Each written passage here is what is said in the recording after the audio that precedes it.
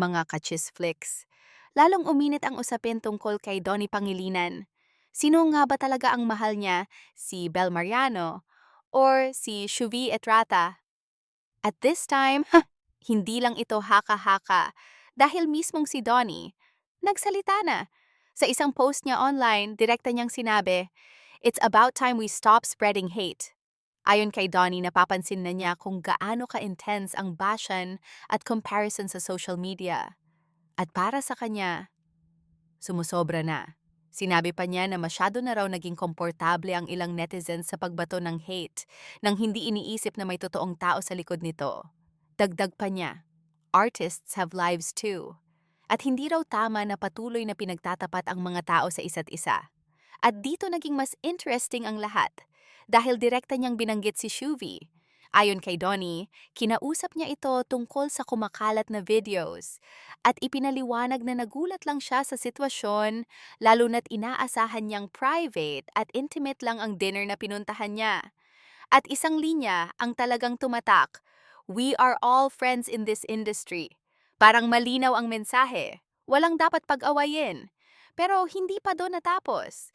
Mas lalo pang nag-react ang fans nang banggitin niya si Belle. Direkta niyang sinabi, "As for Belle, please keep her out of your narratives." Pinuri pa niya ito bilang beautiful, talented, at may mabuting puso. At sinabi niyang walang kahit anong bash ang makakapagbago noon. Para sa iba, malinaw ito. Para sa iba, mas lalo lang itong nagdulot ng tanong. Pero habang sinusubukang pakalmahin ni Donnie ang issue, may panibagong twist na naman. Kumalat ang isang live video ni Shuvi na lalong nagpagulo sa usapan. Sa live na ito, sinabi niya, "Meron akong pagnanasa kay Donnie, tapos naiinis ako kay Belle kasi nasa kanya dream boy ko."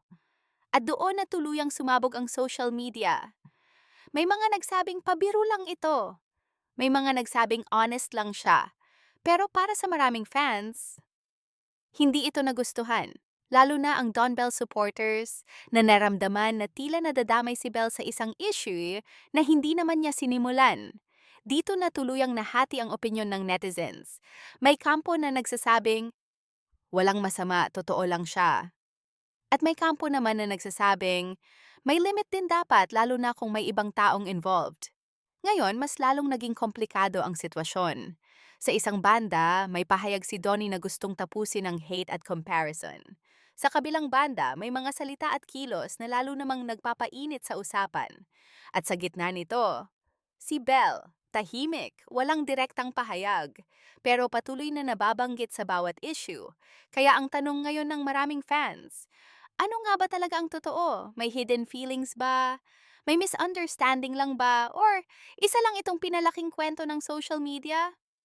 Sa mundo ng showbiz, madalas hindi lahat ng nakikita ay buong katotohanan. Pero isang bagay ang sigurado.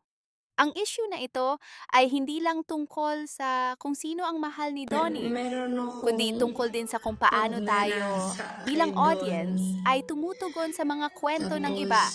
Kaya mga ka-cheese naiinis ako flicks, kay sa Belle dami ng kasi nangyari, sa nasa dami ng kanya yung sinabi, dream di boy para sa ko. inyo, sino nga ba Hanggang talaga ang sa mahal ni Donnie? naging At mas fan na mahalaga, ako. dapat pa ba talaga natin itong pag-awayan? Subscribe para sa mga susunod na ulat at chismis. Isflix sana!